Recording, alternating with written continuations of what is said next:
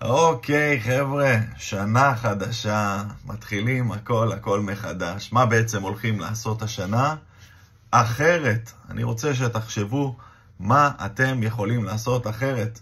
כל מה שעשיתם ב-2024 בעצם, זה פעולות שהייתם רגילים לעשות או לא לעשות. תראו איך אפשר, נגיד הגדרתם עכשיו ש-2025 הולכת להיות השנה יותר טובה עבורכם, יותר רווחית, אתם הולכים להיות יותר טובים בזה, אולי קצת בעזרת הדברים שאני מספר פה. תבדקו איך אתם יכולים לשנות קצת את ההרגלים, לעשות קצת דברים אחרת או לשפר. מה שעובד משאירים, מה שפחות עובד אולי לתקן, אולי להוסיף, אולי לעשות את זה קצת אחרת. אני רוצה שהשנה 2025 אתם תעשו הרבה יותר. למה? כי אתם כבר בקבוצה שלי. אני מרגיש איזושהי אחריות שתצליחו. אז בואו נראה איך אנחנו מצליחים לעשות את זה קצת יותר.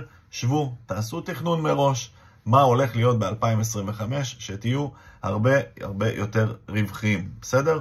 אז שתהיה שנה אזרחית טובה, רווחית, מעולה, ושאתם תצליחו להשיג קצת יותר את המטרות שהגדרתם או שעדיין לא הגדרתם, אתם חייבים להגדיר. זהו, שיהיה בהצלחה, אנחנו נתראה כל השנה בעצם. להתראות.